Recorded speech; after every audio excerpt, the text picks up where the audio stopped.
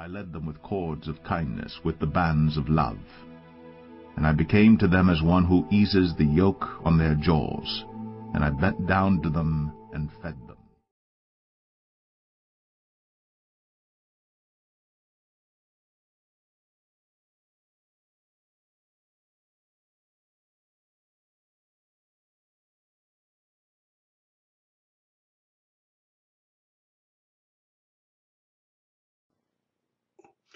How we doing out there, folks? This is Brother Tender from Something to Chew On coming at you. Been in prayer about this. I think I'm going to start a new series, and I'm going to talk about common misconceptions people have about what the Bible actually says. You know, common misunderstandings, quote-unquote myths people may have. Just basically things where people have learned information wrongly compared to what the text actually says. Those who know me, see me on Facebook, I'll often say, let's consult the text, shall we? So, like I say, I think that's what I'm going to call this one, this series here. I'm going to call it, let's consult the text, shall we? Well, I figured if I was going to do this, I might as well start at the very beginning of the book with one of the most common stories that everyone knows, but people don't know the details of. I'm not going to hit everything. I'm going to touch on some things that people always seem to get wrong in this story, because I know I was taught in quote-unquote Sunday school as a little kid this, and it stuck with me as an adult. And, you know, you always think it's right, but then when you actually sit down and read the text, you realize, wait a minute, that ain't right. What I'm talking about is Noah. We all know the story of Noah. Noah's Ark brought the animals and his wife and all this stuff, and Yah flooded the earth. Okay, but let me ask you a question. I ask this to a lot of people, and I do it to prove a point. It causes them to think and then to prove a point, because a lot of times most people answer this question wrong. Now, some people, they answer it right, but a lot of people, your average believer, they will answer this question wrong. You ask them, what did Noah take on the ark with him? And they'll say his wife and his kids and his kid's wife. They'll usually get that part right. But when it comes to the animals, I would say over 50%, probably going close to 75% of the people, they will get this one wrong. They will answer two of every kind of animal. Yep. You're half right and wholly wrong. Like I always tell them, I said, let's consult the text, shall we? And the whole point of this series is to get you to read the text for what it says. Not what you think it says, not what you've been told it says, not what you've been taught it says, not what you interpret it to say, but for what it actually says. Okay? And with that, that's what we're going to do. And I'm going to read today. I'm going to read from the scriptures today. Let me bring this up on my computer. All right. Now, like I said, this story covers a lot of verses, and I'm not gonna read all this text just for simple time. I mean, you can go back and read it yourselves. But I'm gonna just hit on the parts that are gonna talk about what I'm gonna bring out of the story. You know, but like I said, I ask a few questions. You ask, what do you take on there? Two of every kind of animal. That's the most common answer you get. Or you ask them, how long was he on the ark? 40 days and 40 nights. Nope, that's not right. That's not right. But like I say, let's just consult. Excuse me. Coffee. Let's consult the text and see what it says. Now I'm going to start, like I said, I'm going to read out of the scriptures today. And I'm going to start in Genesis chapter 6, verse 18. Like I said, I'm not going to read all this. I'm going to read from 18 down to the end of the chapter, which is verse 22. And this is the way what it says. It says, and I shall establish my covenant with you. This would be Yah speaking to Noah. It says, I will establish my covenant with you. Hang on just a second. Okay, let me start over. Genesis 6:18 out of the scriptures, it says it like this. It says, and I shall establish my covenant with you, and you shall come into the ark, you and your sons and your wife and your sons' wives with you. Okay. Now, if you go back and you read it, you'll find out that Noah and his wife and his 3 sons, Shem, Ham, and Japheth, and their 3 wives. So it's 8 people altogether is what it comes out to. Genesis 6:19, and it says, and all of the living creatures of all flesh, 2 of each, you are to bring into the ark, to keep them alive with you, male and female. Makes sense, right? People will read that and say, yeah, 2 of every kind. Well, like I always say, let's read in context. Let's keep reading and see if we get some more information on this. Maybe there'll be some added information, or there'll be something that clarifies something, or, let's just keep reading and see. Okay, verse 20, it says, of the birds after their kind, and of the cattle after their kind, and of all the creeping creatures of the earth after their kind. Here, let me do something.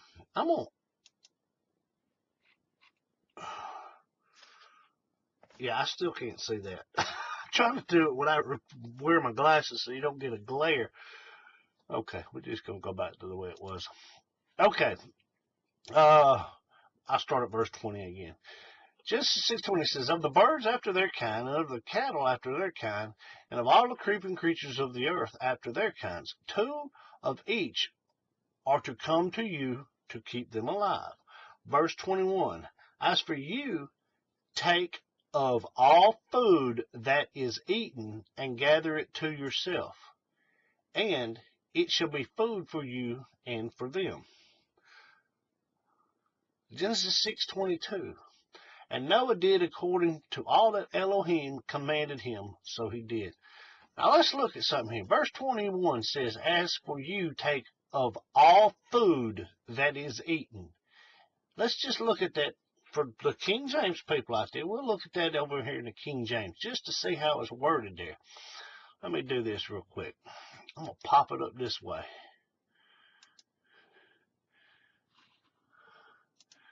What I said it was, verse 21. The King James has it this way. He says, and take thou unto thee all food that is eaten,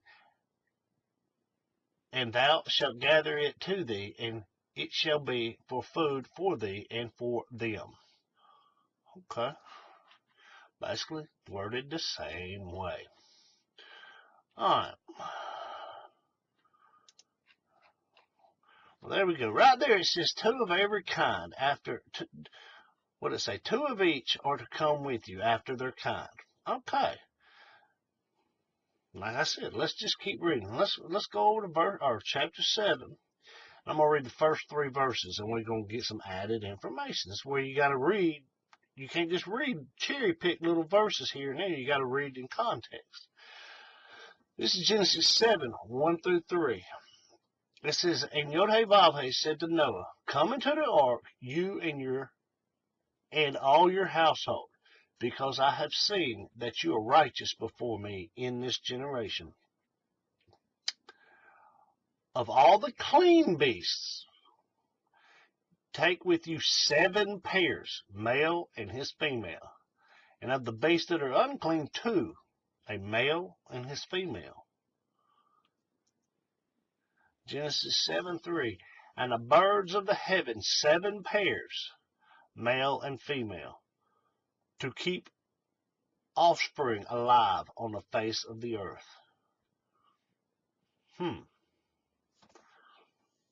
Notice what verse 7:2 says. Let me read that one again. Of all the clean beasts, take with you 7 pairs, a male and its female. And of all the beasts that are unclean, 2, a male and his female. Now, if you go back and you read from the first chapter of Genesis to up to now, nowhere is Noah told what is clean and unclean. But obviously, he knows that information. He knows what's clean and he knows what's unclean. But how he knows, we're not told. Something to consider. Noah knew what was clean and unclean. Now, I'll throw this in there for the people who say, oh, that clean and unclean, that's just for the Jews. Well, guess what? Noah's not a Jew. But he knew what clean and unclean was. All right. We're going to keep going. Now, here's the other thing about how long was he on the ark. All right. We answered the question. He took two of, what's it say? Clean beast, he took 7 pairs. And unclean, he took 2. He took a pair. Does that make sense? So that's the whole story of he took 2 of every kind. We know that's not right. We just read it in the text. Okay, now let's skip on down. I'm going to read verses 11 and 12 out of chapter 7. Genesis 7:11, it says, in the 600th year of Noah's life, in the 2nd month, the 17th day of the month, on that day all the fountains of the great deep were broken up, and the windows of the heavens were opened. And the rain was on the earth 40 days and 40 nights. There's another question, or another misconception a lot of people have. People think that simply it just rained. Well, the text actually says that the fountains of the great deep were broken up. Basically, you had water coming down, and you had water coming from underneath. It's coming from both ways. It didn't just rain. People say, well, it flooded. Well, yeah, it flooded, but most people think the flood means comes from rain. Well, it came from rain, but it also come up from underneath the ground. See? See what I'm saying? Just little things in the text that a lot of people, if they've never actually sat and read the story and paid attention to these things, they wouldn't know. All right, now we're going to skip on down. I'm going to read the last verse in this chapter. It's Genesis 7:24. It says, and the waters were mighty on the earth 150 days. Okay. Now we go over here to chapter 8. I'm going to read the first couple of verses. I'm going to just read these. It says, and Elohim remembered Noah and all the beasts and all the cattle that were with him in the ark. And Elohim made a wind to pass over the earth, and the waters subsided. Verse 2. And the fountains of the deep and the windows of the heaven were stopped, and the rain from the heavens was withheld. And the waters receded steadily from the earth, and at the end of 150 days the waters diminished. Okay. So right there, it says that after 150 days, isn't that what we just read? And the waters receded steadily from the earth. And at the end of 150 days, the waters diminished. It means they started going down. That's the way I take it. Verse 4 says, in the 7th month, in the 17th day of the month, the ark rested on Mount Ararat. Okay, what day did all this start? The 2nd month of the 17th day. So it's been 5 months. And it says the ark rested on Mount Ararat. And in verse 5 it says, and the waters decreased steadily unto the 10th month. In the 10th month, on the 1st day of the month, the tops of the mountain became visible. Okay, so waters have stopped raining, stopped flooding, they start receding. And the ark's resting on the mountain, but he still can't see the mountain. He can't see what it's resting on. As the waters recede more, he can see that he's on top of a mountain. Makes sense, right? And the next couple verses where he sends out the raven and the dove and all that, I'm not going to read all those. But the very last, well, let's see, it's not the last verse.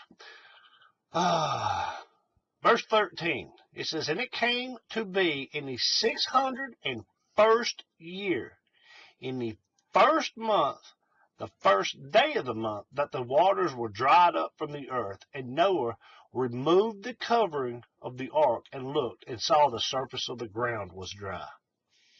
Okay. It says, and in the second month, on the 27th day of the month, the earth was dry.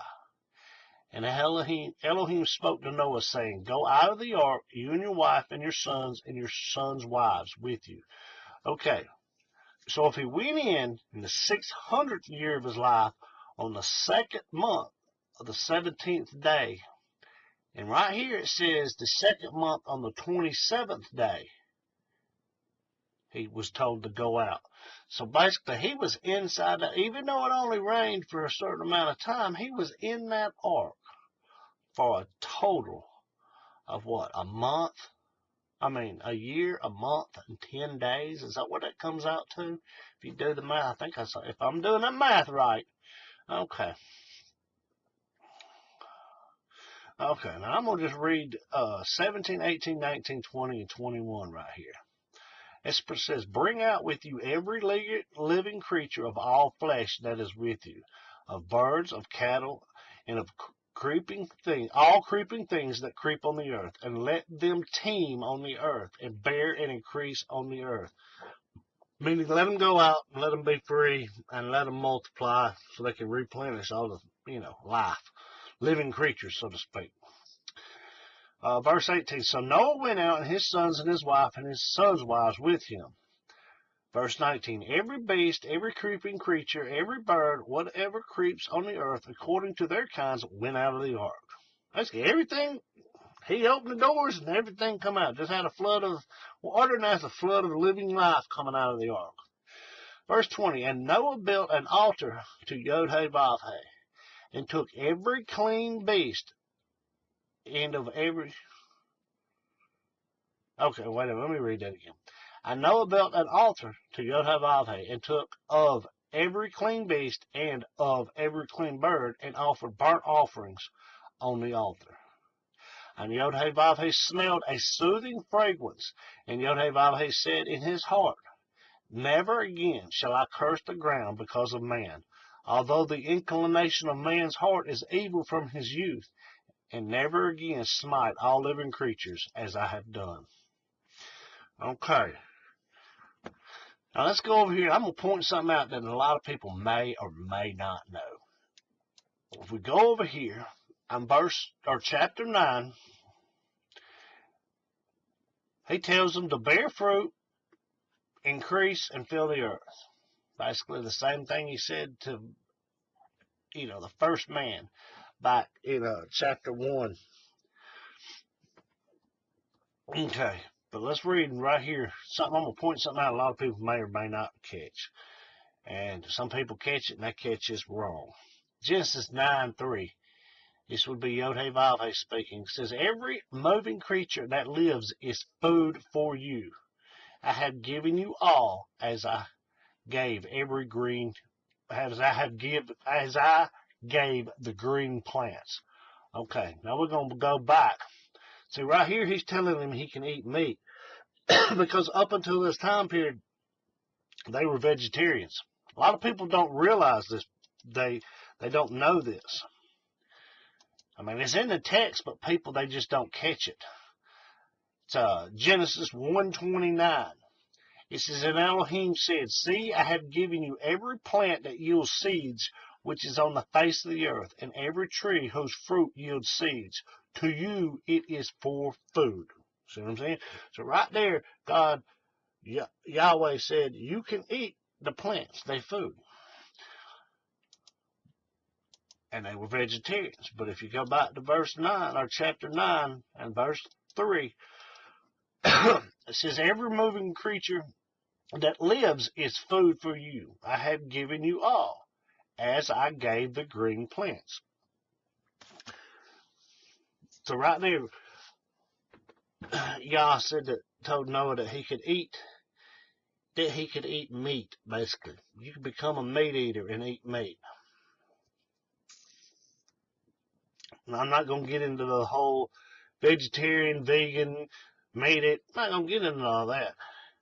But I will say this about this verse. People will say, see right there, God told Noah he could eat everything. No. Didn't we already discuss back there in chapter 7 that Noah knew what was clean and unclean?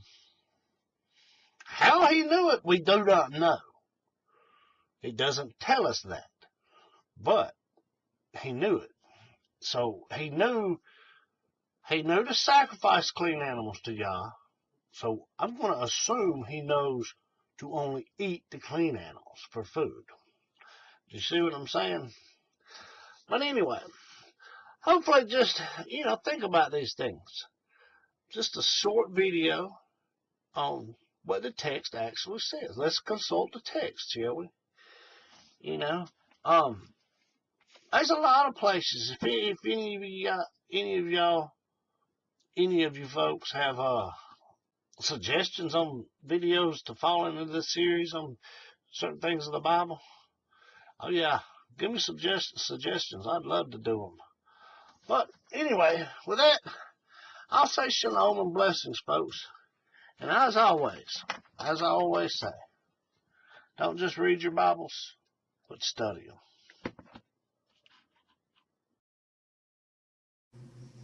Like and share our videos. Comment below, good or bad. Give us ideas for new videos. But above all, pray for us and subscribe to the channel. It'll be a little circle icon with a cow's face on the bottom right hand of the screen. And with that, I say shalom, and don't just read your Bibles, but study them.